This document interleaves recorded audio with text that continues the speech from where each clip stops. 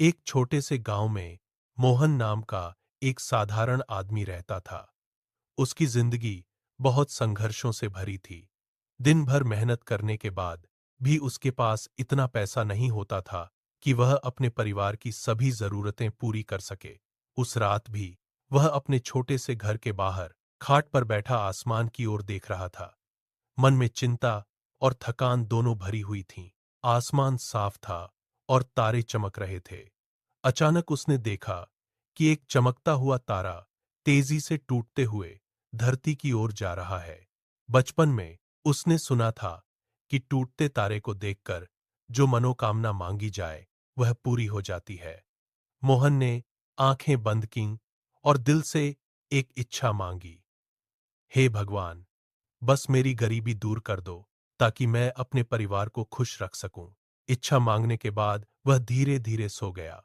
लेकिन उस रात कुछ अजीब हुआ।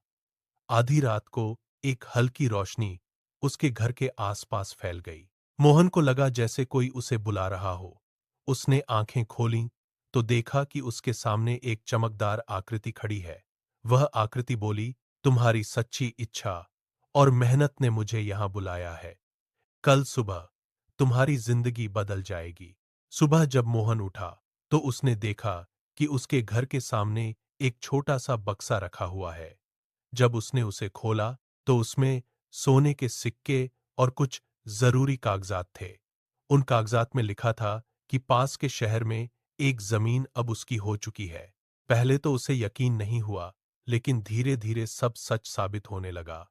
मोहन ने उस जमीन पर खेती शुरू की और अपनी मेहनत से उसे एक बड़ा खेत बना दिया।